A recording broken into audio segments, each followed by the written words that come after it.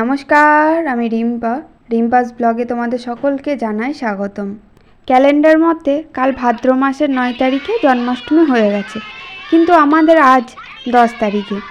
বাড়ির কৃষ্ণ ঠাকুরের জন্য বড়া মালপোয়া ভেজে রেখে এসেছি, সেটা আমার পুরো ভিডিওতে শেয়ার করা আছে, ইচ্ছে হলে দেখে নিও। আর এখন এসেছি বনির গপুর জন্মদিন সেলিব্রেট করতে। কেকটা আমাকে ছোট ছোট করে কেটে দিতে বলল, কারণ যে বাচ্চাগুলো আছে তাদের হাতে দেবে, তারপর বাড়ির লোকজন, আমরা আছি, সবাই মিলে এক পিস করে নেবো। তাই আমি কেকটা কেটে দিচ্ছি, তারপরে কেকটা খেয়ে একটু বসে গল্প করব, দিয়ে বাড়ি চলে যাব। জন্মাষ্টমীর পুরো ভিডিওটা আমার চ্যানেলে দেওয়া থাকলো, তোমরা গিয়ে দেখে এসো। তো আজকের মতো এই ভিডিওটা এখানেই শেষ করছি, দেখা হবে আবার কোনো মিনি ব্লগে। ততক্ষণের জন্য সবাই সুস্থ থেকো, ভালো থেকো, সাবধানে থেকো, সাবধানে চলাফেরা করো। তো টাটা।